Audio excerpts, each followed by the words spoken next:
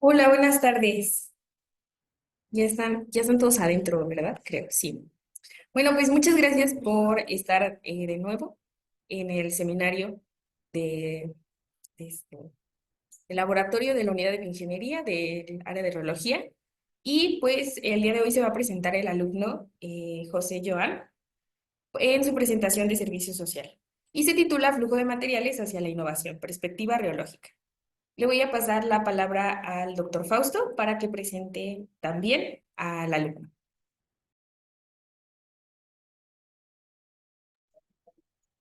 Sí, gracias, Jacibe. Joan fue un estudiante que ya terminó su servicio social. Actualmente va a iniciar su tesis en el grupo. A él le pedí que hiciera una monografía del tema de reología y pues hoy nos va a presentar sus resultados, lo que él investigó.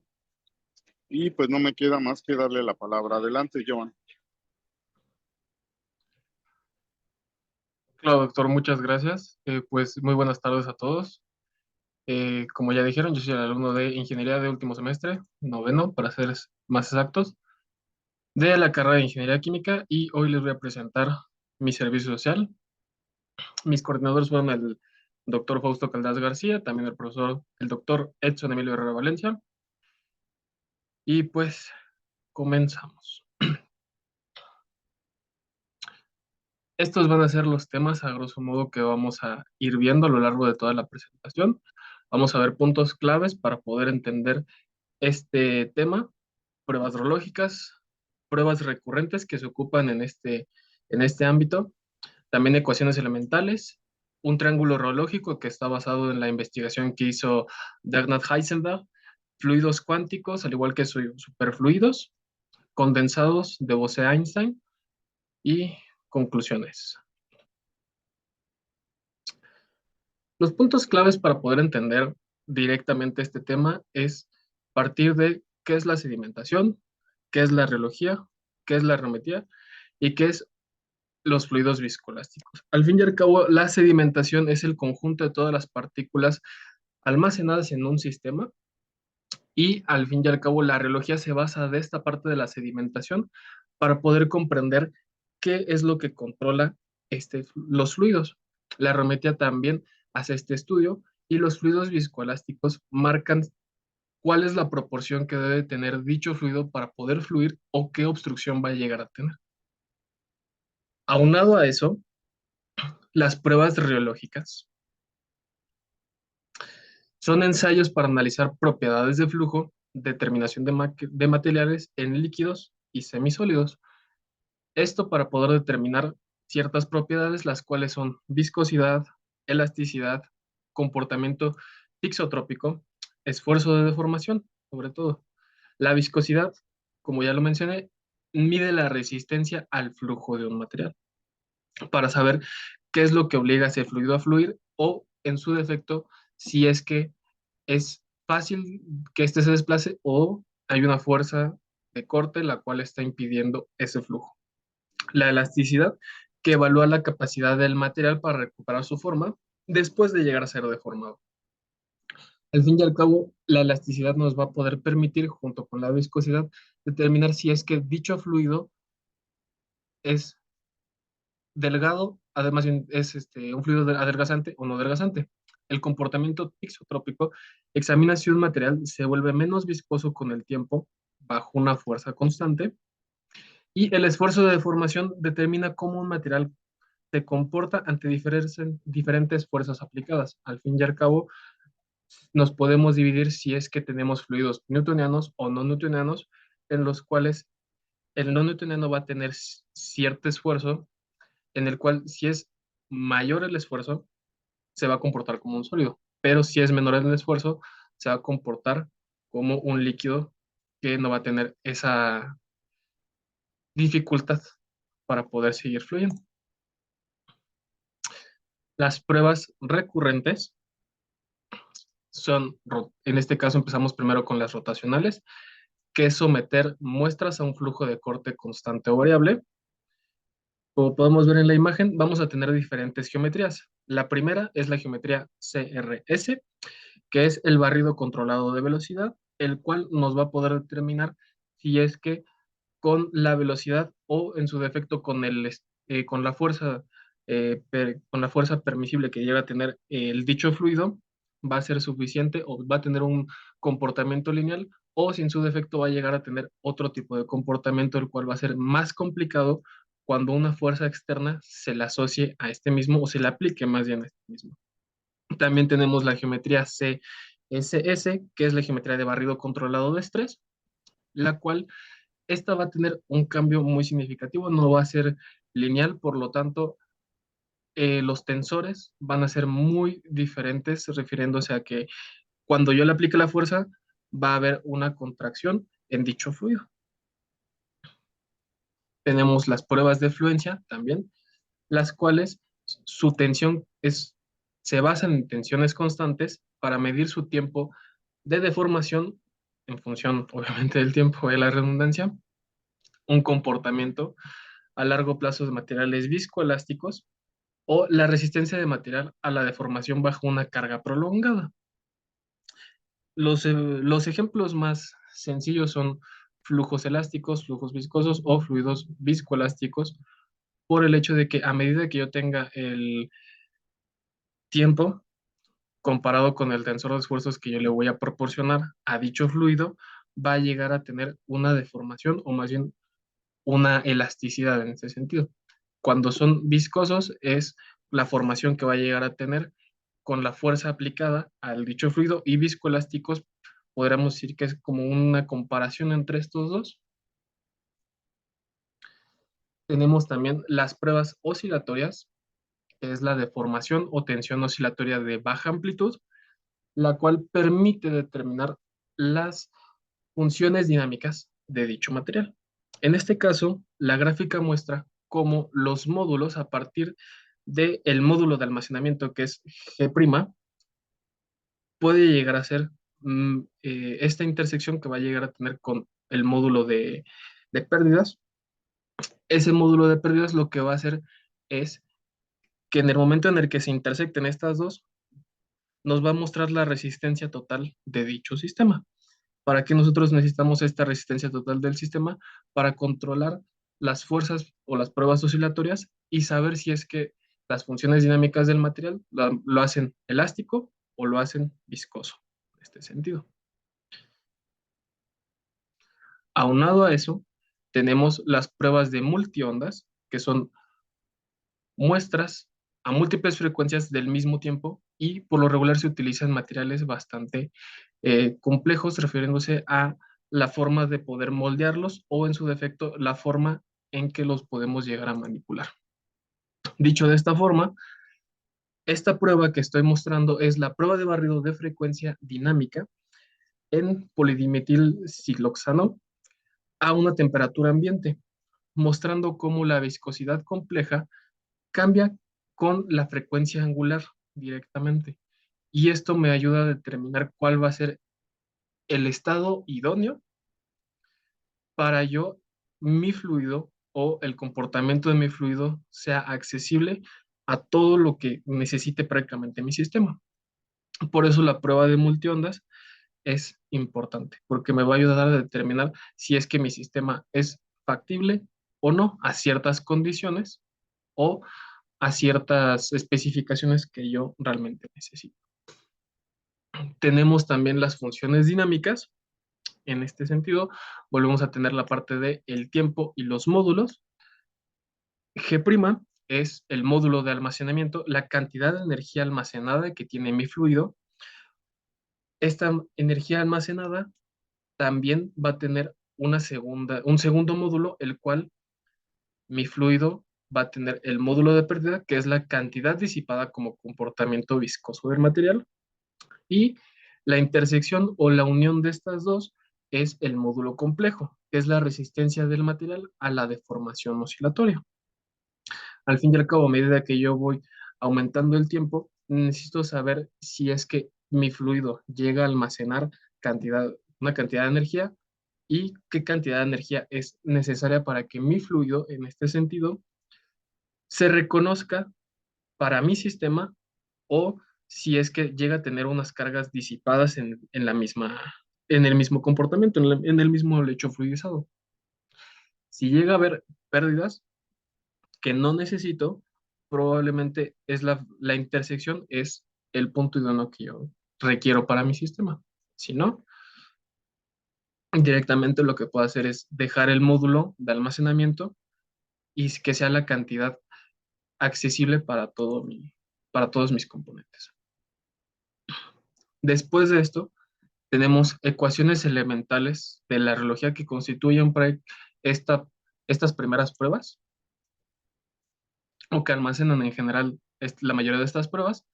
La primera y más importante, la transformada de Fourier, que es una función original a partir de su espectro de frecuencia y analiza sistemas periódicos oscilatorios. Al fin y al cabo, como se pudieron dar cuenta, todos estos módulos son frecuencias cosenoidales, por eso la transformada, bueno, sí, cosenoidales, entonces por eso la transformada de Fourier nos ayuda muchísimo a pasar todas estas frecuencias cosenoidales a módulos que sean más entendibles o sean matemáticamente más simples. El teorema de Euler también nos ayuda muchísimo para aplicar el análisis del estado de esfuerzos en fluidos y de sólidos deformados.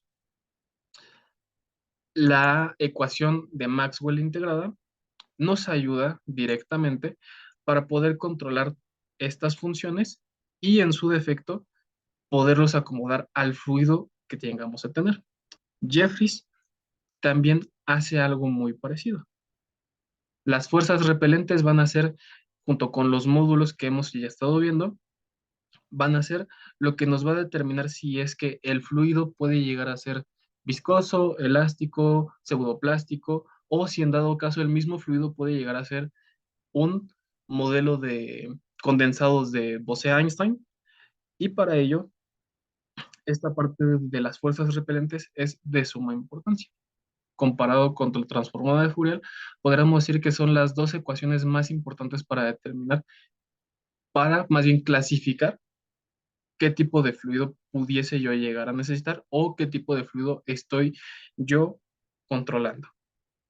El teorema de convolución, al fin y al cabo, es parte de esta inclusión de transformada de Fourier para poder determinar si es que tengo dos funciones específicas y en su defecto transformarla en una más sencilla, la paso al estado de Fourier o aplico teorema también de Euler para poderla clasificar, ya sea en ecuaciones de Maxwell, ecuaciones de Jeffreys o también incluso el modelo de Kelvin-Voigt. El modelo de Kelvin-Voigt y el modelo de Maxwell son demasiado importantes porque uno parte del otro. El modelo de Kelvin-Voigt se estipula que es una resistencia en paralelo en la cual el comportamiento de cizallamiento se relaciona con el resorte y un amortiguador, pero si nosotros los agrupamos de forma, o más bien si hacemos un arreglo en paralelo. Sin embargo, el modelo de Maxwell es parecido al modelo de Kelvin-Voigt, sin embargo, es solamente un acomodo en serie. Por eso es que estas dos ecuaciones realmente son muy, muy importantes para poder determinar si es que uno de mis fluidos se va a comportar de una forma en el que el resorte y el mismo amortiguador son proporcionales o si en su defecto pueden llegar a ser inversamente proporcionales. Y aquí tenemos el triángulo reológico de energía, que fue uno de los conocimientos que nos dejó Bernard Heisenberg, en el cual nos decía que la viscosidad de un fluido newtoniano, a medida que nosotros empezamos a disipar o tener pérdidas de carga de energía, se va a quedar en un estado en el cual el fluido se va a quedar como un sistema newtoniano, o si en su defecto la energía cinética va a hacer que la misma viscosidad de este fluido se convierta en un sólido euclidiano o un fluido pascaliano. A medida que nosotros nos pudiésemos llegar a topar con diferentes características del sistema, se determina si este específico triángulo reológico nos puede llegar a dar la pauta para comportar dicho fluido o para hacer que ese fluido se comporte de esa manera. Por eso podemos pasar de un fluido newtoniano, cambiar su viscosidad, más bien con esa viscosidad, agregarle energía cinética para poderlo pasar a un sólido hawkiano o en su defecto darle una relajación específica. Todo va a depender de si disipamos o hay pérdida de energía o si en su defecto hay energía almacenada o elástica. Ahora, la parte importante de todo esto es los fluidos cuánticos y los superfluidos, por el hecho de que todas las aplicaciones van a estar inmersas aquí. Los ejemplos más claros y más conocidos son los condensados de Bose-Einstein, los cuales tienen comportamientos de átomos ultrafinos que que desafían conceptos muy clásicos tanto de la mecánica cuántica como de la reología. ¿Por qué? Porque la reología dice cómo se va a comportar el fluido y si es que su fluido va a tener una tensión controlada y vamos a medir su tasa ¿de qué? Su tasa de deformación. Sin embargo, los superfluidos son materiales que fluyen o que se hacen estudios para que fluyan, perdón, sin viscosidad a ciertas condiciones, llegando a ser prácticamente fluidos los cuales no van a necesitar una tensión una fuerza de tensión para así poderse mover. Las aplicaciones de estos sistemas pueden ser tanto criogénicos, sensores de alta precisión, computación cuántica. Una de las aplicaciones eh, más impactantes, más relevantes es que en medicina se pueden llegar a hacer con este tipo de superfluidos hechos criogénicos para ralentizar una hemorragia. Los fluidos magnetorreológicos y electrorreológicos cambian su viscosidad al aplicar un campo magnético, usando estos amortiguadores, sistema de frenos y sistema de frenos biomecánicos.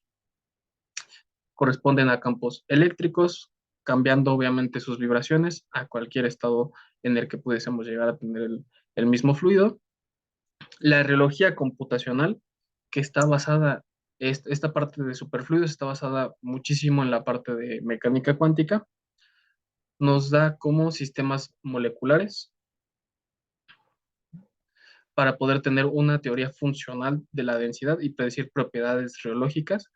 Así podemos hacer estudios y determinaríamos comportamientos que ahorita probablemente no sean muy factibles de hacer los estudios, pero con esta parte de los superfluidos cuánticos, más bien de los fluidos o los superfluidos, a la larga se podrían hacer estudios para poder mejorar la calidad de vida, de la salud, refiriéndose en ese sentido, aunado también la capacidad de utilizar sensores de alta precisión, sobre todo. En procesos de química se basa más en la parte farmacéutica, en la cual optimizamos flujos de materiales no newtonianos en procesos de producción, sobre todo. Para biomateriales y seres vivos, en proteínas y en ADN, haciendo interacciones cuánticas entre enlaces químicos y propiedades viscoelásticas de biopolímeros para poder determinar si es que en alguna de estas interacciones podemos hacer que la viscosidad prácticamente sea nula y prácticamente podrá ser, eh, pues, mm, podríamos llamarlo que tejidos, ¿sí? Sí, más bien, hacer tejidos y copiar sin necesidad de aplicar la genética, prácticamente cambiar toda la estructura molecular que llega a tener cualquier individuo y si le falta parte, alguna parte vital, poderla recuperar con estos superfluidos, haciendo los análisis, haciendo los estudios y podríamos decir que fotocopiando incluso su, su mismo tejido. También esto nos lleva a cómo este tiempo de cizalla, a realmente como toda esta parte, nos lleva a cómo es que el tiempo de cizalla con el esfuerzo puede llegar a cambiar o cómo, dependiendo si estamos ocupando las fuerzas de cizallamiento y la viscosidad, pueden llegar a tener unos comportamientos periódicos oscilatorios, o si la viscosidad y también el mismo cizallamiento se puede llegar a comportar ya no de forma periódica, sino de una forma más, ¿cómo se llama? De una forma más parabólica. Y ahora, los condensados de Bose-Einstein, los cuales en esta imagen precisamente tenemos átomos de rubidio, que son las regiones amarillas y verdes, en las cuales logran moverse los átomos, y en la parte central de la gráfica tenemos cómo esta parte se está condensando. De izquierda a derecha tenemos precisamente cómo a medida que tenemos esta cantidad de superfluido, o más bien esta cantidad de condensado, la parte roja ya ser la más externa y la parte central, la azul, es donde hay más movimiento de átomos y donde están moviéndose a tal grado que en algún momento, como se puede ver en la parte derecha, la imagen más exterior, cómo es que todos estos condensados logran a tener una ultraexposición y es el mismo comportamiento. A pesar de que todos los fluidos, a pesar de que los fluidos, así como los conocemos, tienen una organización específica en sus moléculas, los condensados de Bose-Einstein, hasta donde los hemos llegado a conocer, tienen características atómicas tan impredecibles que es por eso que estas imágenes, estas imágenes espectroscópicas logran a tener no solamente estos levantamientos, prácticamente, sino llegan a tener esa estructura, la cual llega a ser aún tan compleja para todos nosotros, que por eso se tiene que la viscosidad puede llegar a ser igual a cero, porque prácticamente todas las moléculas llegan a estar tan disueltas, llegan a estar tan revueltas, llegan a tener un comportamiento tan, eh, tan, tan desigual que ni siquiera nosotros podremos determinar si dos partículas pudiesen comportarse de una misma manera.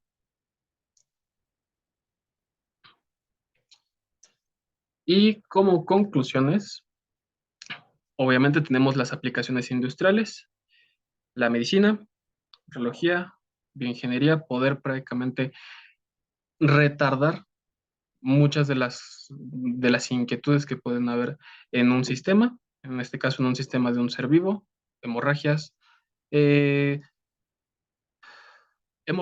o en su defecto cualquier tipo de desgarramiento que llegue a tener el tejido, nanomateriales, dado que los superfluidos llegan a tener composiciones tan inestables que los nanomateriales llegan a ser muy factibles. Por eso los superfluidos, a pesar de que todavía se tiene este conocimiento de teorías cuánticas, los superfluidos nos van a ayudar a determinar cómo es que dentro de todos estos superfluidos, el nanomaterial nos va a hacer el recubrimiento de todo esto y a su vez ayuda a encontrar una solución a esa inquietud. No solamente se basa en la medicina, sino también se basa en cómo es que el mismo sistema llega a tener pérdidas o cómo este mismo sistema puede llegar a curar sus mismas pérdidas. Y obviamente superfluidos, efectos de deformación, para poder controlar esta parte de todo el movimiento inercial que llegan a tener los átomos y si es que en algún momento los pudiésemos llegar a ocupacionar de forma computacional, entender si es que ciertos sensores de movimiento pudiesen llegar a ser más precisos o, en su defecto, llegar a tener un índice de error casi de cero. Esta es mi bibliografía y pues muchas gracias por su atención.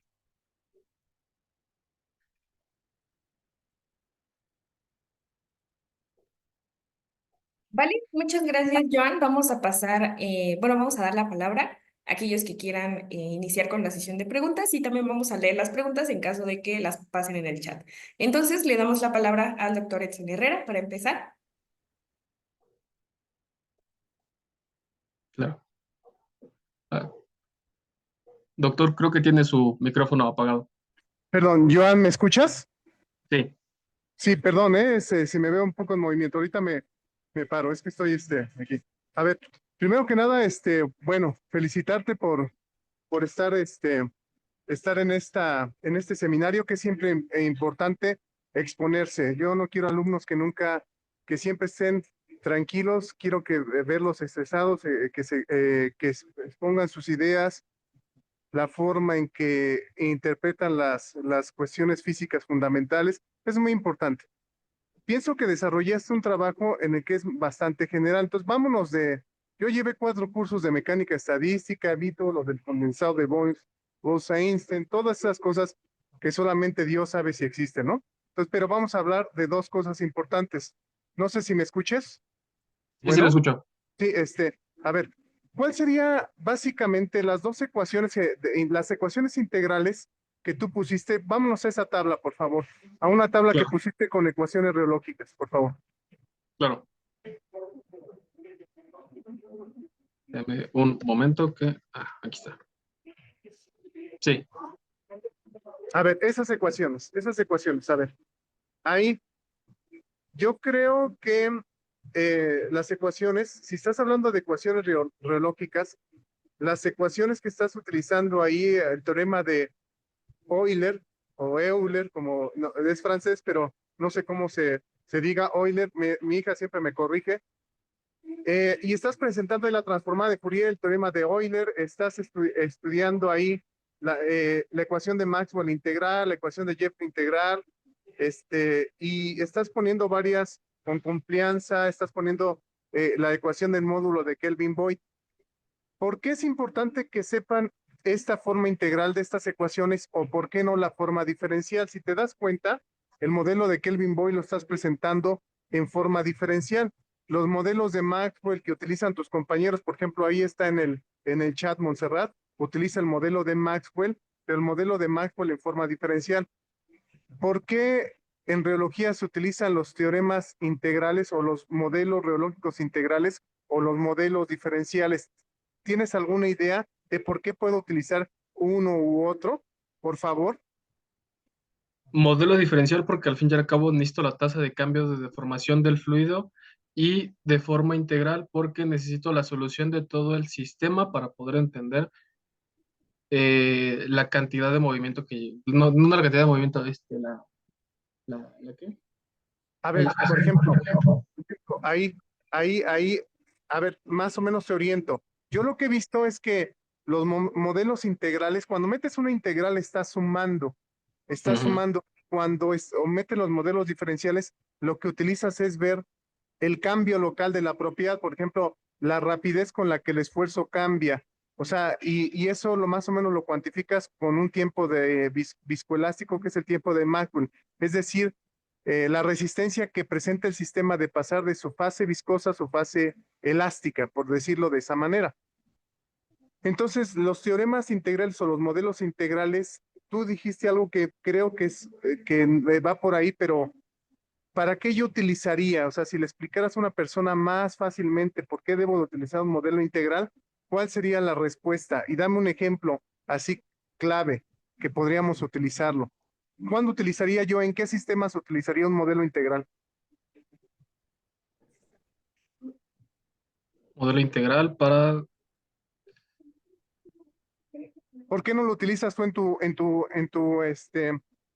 tesis de licenciatura? Porque tú utilizas un modelo, Sí, digamos, diferencial, el de Maxwell. ¿Por qué no utilizas el integral? no utilizo la integral porque necesito la tasa de... razón de cambio, la razón de cambio de el movimiento del fluido y no Pero ocupo la también integral. o sea, el otro te lo da. Básicamente el otro también te lo podría dar. O sea, de hecho lo puedes utilizar. Lo podríamos utilizar en tu tesis. El modelo integral de Maxwell lo podemos utilizar si está basado digamos, en el formalismo de Fourier. Entonces, la pregunta permanece, caballero, sería, ¿cuándo lo utilizo? ¿Cuándo utilizo ese tipo de modelos? Que luego a veces, hasta que terminé el doctorado lo entendía, ¿eh? ¿Cuándo sería? Más o menos. ¿Algún sistema que tú digas, necesito ese modelo integral? ¿Para cuánto sería?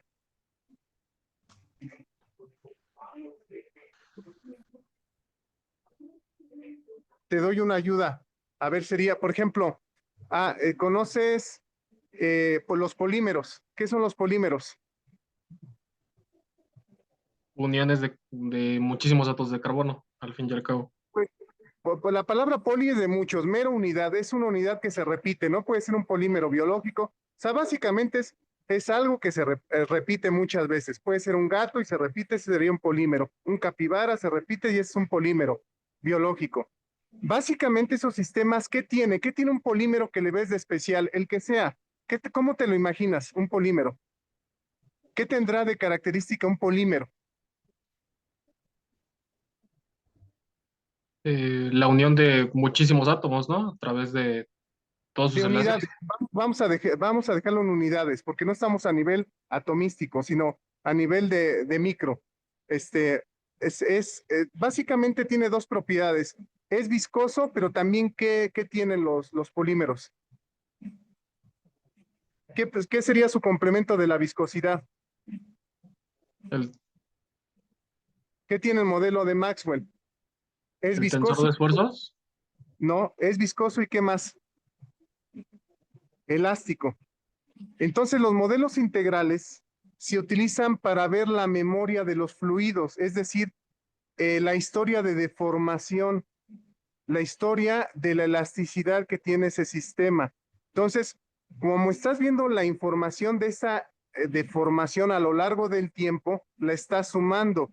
Y si esa suma es tan fina, tú tomas el incremento cuando tiende a cero y lo que tienes es una integral. Entonces, básicamente, esos modelos integrales lo que tienen que ver es en sistemas donde hay memoria y la memoria está asociada con la elasticidad. Tengo memoria de este evento, el fluido recuerda cuando fue deformado y tú estás sumando esas deformaciones al fluido. Entonces, cuando te pregunten, ¿por qué hay modelos de Maxwell que son diferenciales y que son integrales? Es que depende del sistema y uno está asociado con la memoria. Los modelos integrales siempre van a estar asociados con la memoria y son modelos mucho más difíciles de trabajar porque siempre es más fácil resolver una ecuación diferencial. No importa que no sea analítica, sino que puede ser numérica. Entonces, la respuesta es simple. Los dos describen sistemas viscoelásticos lineales, pero los modelos integrales, en pocas palabras, suman y la suma tiene que ver con la historia de la deformación. Y la deformación depende de ciertos sistemas, como son los polímeros. Tienen memoria en pocas palabras, ¿ok? ¿De acuerdo? Sí, sí, sí, claro. Muy, muy bien. Entonces, ahí hay que estudiar y eso es con el tiempo. Otra de las cuestiones que también te quería comentar, en la parte de flujo oscilatorio, pon el esquema de flujo oscilatorio. Sí. Ahora, ahí, pruebas oscilatorias, pruebas oscilatorias. Las pruebas oscilatorias, a diferencia de las pruebas, digamos, de flujo, ¿para qué utilizo una prueba oscilatoria? O sea, básicamente, yo siempre les digo a tus compañeros, calcula la G' y la G'B', pero ¿eso qué nos da de información? ¿Por qué se hacen las pruebas de flujo oscilatorio?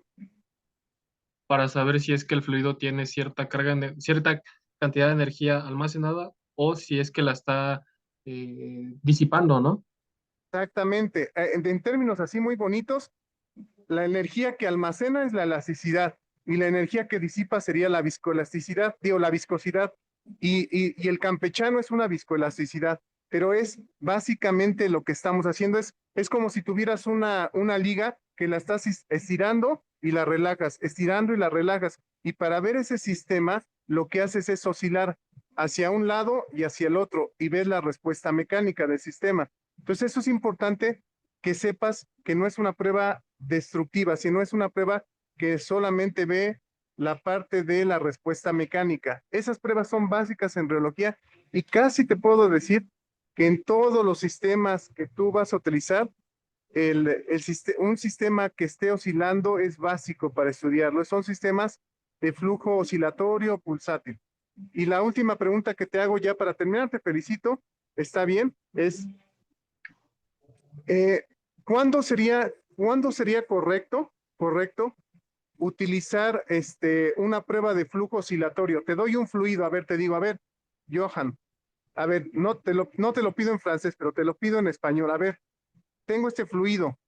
¿Cuándo tendría que utilizar una prueba de flujo oscilatorio? Para cualquier fluido, o sea, se puede utilizar para un fluido newtoniano, para un fluido, una suspensión, un fluido viscoelástico, un fluido, un sólido. ¿Cuándo tendría que utilizar esa prueba? Cuando en general tuviese yo fluidos newtonianos o no newtonianos, pero sin que estén solidificados, ¿no? Ok, pues eso es sentido común. Newtonianos no tendría mucho caso porque, pues obviamente no vas a tener ninguna componente elástica. Y cuando sea un sólido, tampoco, porque te van a marcar ahí algo, algún error, alguna cuestión. Entonces, básicamente, cualquier fluido que sea viscoelástico, vas a utilizar esta prueba para calcular los parámetros materiales. Y esos parámetros materiales, ¿cuáles serían? Los que calcularías, por ejemplo, para el de Maxwell. ¿Cuáles son los dos parámetros fundamentales que vas a escoger ahí o que vas a encontrar en esas pruebas? La tasa de almacenamiento y al fin y al cabo su, ay, se me olvidó el término, su viscosidad. Esas son las funciones materiales, la G' y la G'B', que son los módulos viscosos y elásticos. Los parámetros materiales, acuérdate que son los tiempos de relajación, las G0, que son los módulos de corte, y el producto te va a dar la viscosidad eta 0. Entonces, funciones materiales, ecuaciones constitutivas, integrales, diferenciales, memoria, viscoelasticidad, funciones reológicas, G', G'B', propiedades materiales, eta 0, G 0, lambda 0. Muy bien, joven, lo felicito, ¿ok? Estoy orgulloso. Bueno, por mi parte es todo, Jacibe. Bueno, maestra en ingeniería, Jacibe. Gracias. Vale, doctor. Entonces le damos la palabra al doctor Fausto, que también tiene la mano levantada.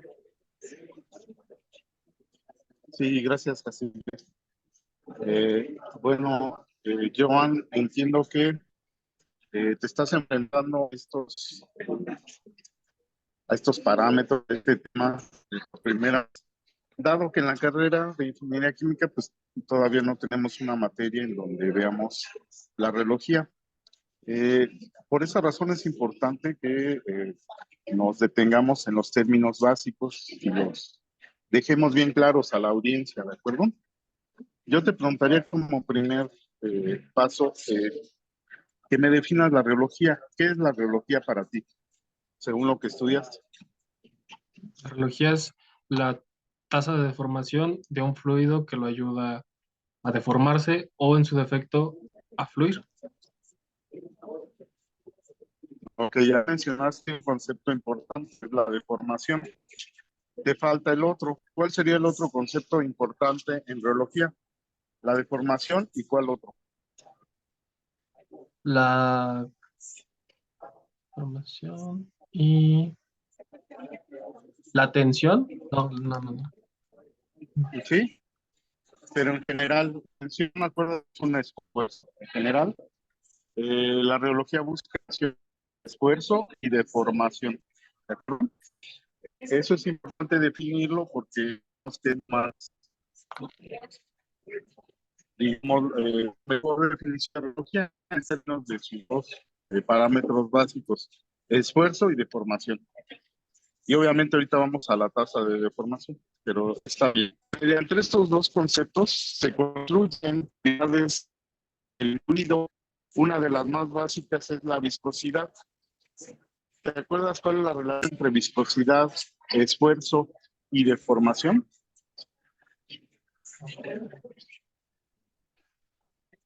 La viscosidad al fin y al cabo es la obstrucción que llega a tener el fluido, la tensión es la fuerza y la deformación es con qué cantidad de fuerza necesito almacenarla o suministrarla al sistema para poder aplicar los otros dos. Sí. De hecho, cuando tú mencionaste varios tipos de pruebas, mencionaste flujo en estado estacionario, flujo oscilatorio, flujo transitorio. En muchas de estas pruebas básicas, lo que tratamos de ver es medir el esfuerzo y la deformación en un fluido. Y a partir de esos dos parámetros se calcula otros, como la viscosidad. Entonces mi pregunta es, si yo te dijera cuál es la ecuación de viscosidad en términos de esfuerzo y formación, ¿me la podrías decir? Es la de Newton, es tau igual a viscosidad por la derivada parcial con respecto a el tiempo, o la derivada parcial del Muy tensor con bien, respecto. que esa derivada es la tasa de deformación que tú mencionabas. Entonces, si yo divido el esfuerzo entre la rapidez o tasa de deformación, pues obtengo un parámetro macroscópico que se llama viscosidad. Muy bien. Una pregunta importante. En sólidos es muy importante medir la deformación, pero en fluidos no lo es tanto. En fluidos nos interesa más medir la tasa de deformación o la rapidez de deformación con respecto al tiempo. Bueno, obviamente la rapidez de deformación ya estoy indicando que es con respecto al tiempo. ¿Por qué crees que en sólidos interese más medir la deformación y en fluidos la tasa de deformación con respecto al tiempo? Porque al fin y al cabo, en los sólidos todas las partículas están comprimidas y en el líquido no tanto, haciendo que el líquido pueda llegar a ser más maleable que un sólido, ¿no? Exacto. En el fluido las deformaciones son infinitas. Tú lo puedes deformar sin límite, mientras que en un sólido las deformaciones son pequeñas en comparación. Entonces, por esa razón, en un fluido nos interesa más medir qué tan rápido se deforma y en un sólido solamente qué tanto se deforma. Muy bien. Entonces, ya tenemos ahí un parámetro macroscópico que es la viscosidad.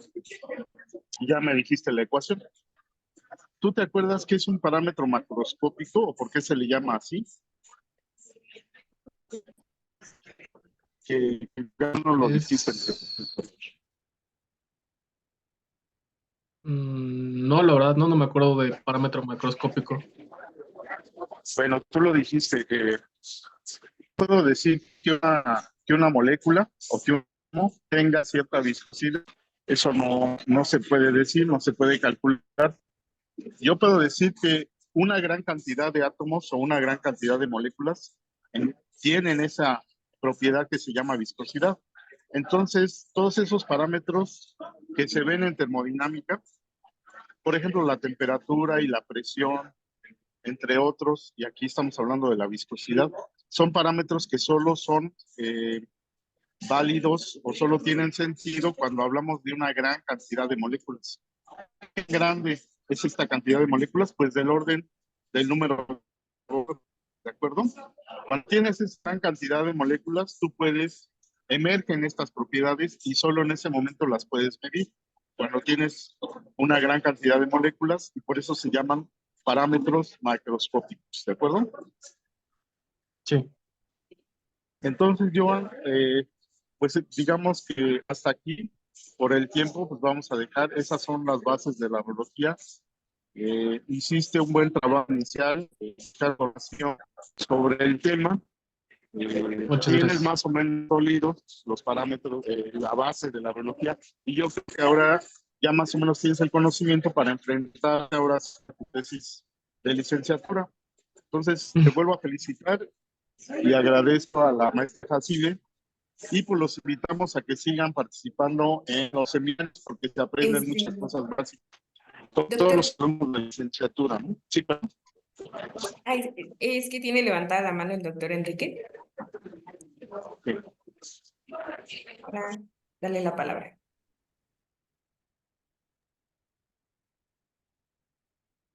¿Qué tal, Joan? Oye, mira, Hola. al igual comparto la opinión de ambos, tanto de Edson como de Fausto, de que es bueno siempre salir de la zona de confort y aventurarse al desarrollo de nuevas probabilidades en la investigación. Algo que me surge la duda de tu modelo es con respecto a tu sistema, ¿lo podrías aplicar en la parte de procesamiento de materiales poliméricos? Si es esto, Sí, ¿cuáles serían las variables más críticas en tu proceso industrial de transformación?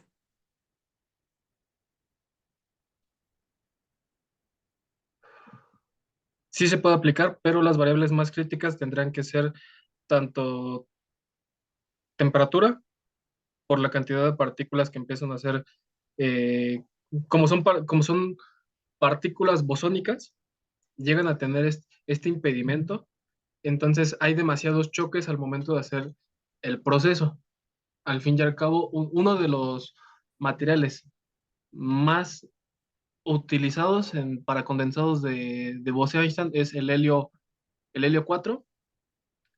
Se ocupa en industria, pero lo más crítico siempre es su temperatura. Y entonces, bajo este parámetro de que el punto crítico sería la temperatura, ¿qué tan viable sería implementarlo como un proceso industrial? Vamos, teóricamente Sí. es válido, pero en la práctica, En la práctica es viable, en la práctica es viable, sin embargo, como las condiciones de temperatura llegan a ser extremas, se necesita una previsión por si es que en algún momento llega a haber un aumento de temperatura por todo este movimiento bosónico o, en su defecto, si es que empieza a haber temperaturas criogénicas. Entonces, es viable, pero solamente sería para una parte del proceso, no para completamente todo, porque todavía no tenemos la parametrización específica para poder controlarlo al 100%.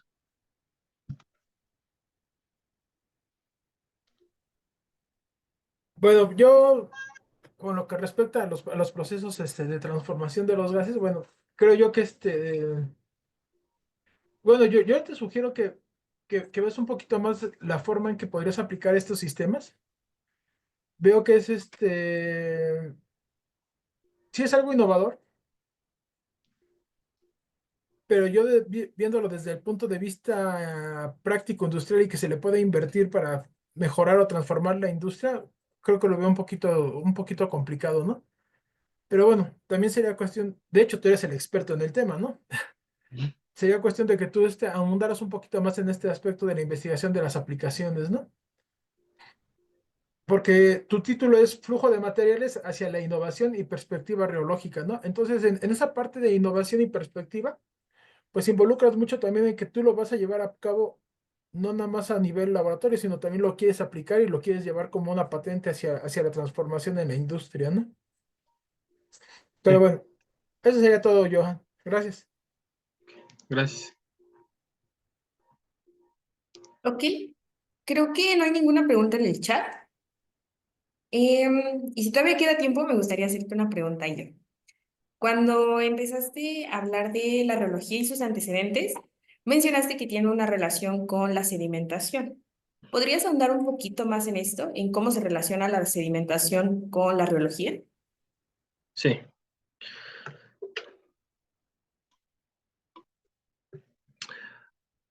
ok.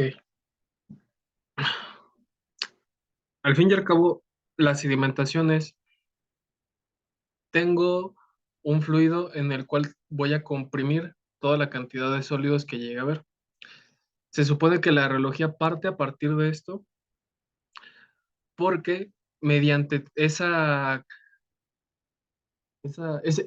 compresión de todos estos sólidos, aplicándolos directamente a fluidos reológicos, se empieza a determinar que no solamente van a ser los fluidos que tienen esa compresión, sino aunado a eso, fluidos que al momento de empezar a ya a hacer sólidos sedimentados, puedo encontrar una tasa de deformación la cual me ayude a entender por qué el fluido se está sedimentando. Entonces, esa es la base del por qué la reología como que toma de objeto de estudio la sedimentación y por qué sería uno de sus antecedentes. Ok. Sobre su relación, por ejemplo, con la mecánica de medios continuos o mecánica de fluidos, Ujú. ¿tienes algo? Como que algo, perdón. Ajá. Bueno, es que también como antecedente de la reología, tenemos la mecánica de medios continuos y sobre eso Ok, tienes ya algo. entendí.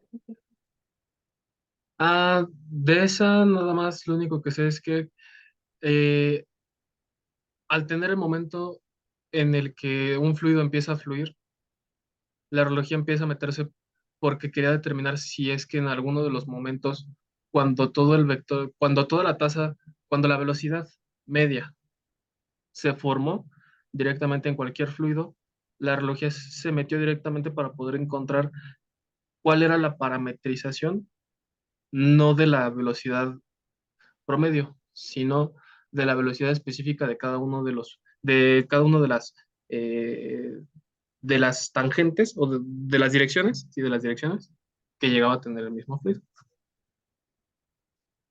Ok, vale, muchas gracias. Entonces, creo que si ya no hay más preguntas o personas que quieran participar, pues con eso terminaríamos la sesión. No sé si los doctores quieran agregar algo más, el doctor Fausto o el doctor Edson. No, Jacibe, gracias. Ok, No, por mi entonces, parte sería todo. ok, vale, entonces muchísimas gracias a todos por haber asistido y nos vemos la próxima semana en el mismo link y misma contraseña. Adiós a todos. Gracias. Nos vemos. Gracias, adiós. Hasta luego. Hasta luego. Hasta luego.